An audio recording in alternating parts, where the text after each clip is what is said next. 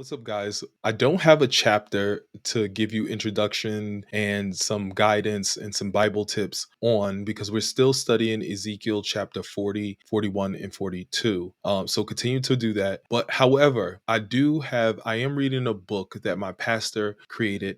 It's called The Ordained Demon. Let me share that script with you. I wanted to give you some tips on how to look to God for his blessings. So, the first thing I want to give you is how do we look for God's blessings? Well, we have to be determined for number one. We got to be humbled, pray for God's grace of blessings, and continue fervently in prayer. Let your faith be strong. Pray for strength. Long suffering is something necessary. Never take your eyes away from the target. Make a vow in worship. Be diligent in your approach and never lose hope. Never become too emotional and stand up to shame and fear. Never give up your dreams. Thank God when you're down because it's all going to be okay. But remember this, these are the ways to receive miracles and blessings from God. Every personal agony, pain can make it challenging to get the benefits from Jesus. Every time we are deficient in one area of our life or other, the pain and suffering can lead us to perceiving Jesus amidst the problem. Don't give up or surrender to despair, but keep holding on, keep searching. The negative situation always bring a new era of joy for the believer who keeps hope for life through Jesus. I bet you this is how the miracle happens. That's in the book of The Ordained Demon, the story of a young priest. I'll put that book up so you can see it again. So I hope this was helpful.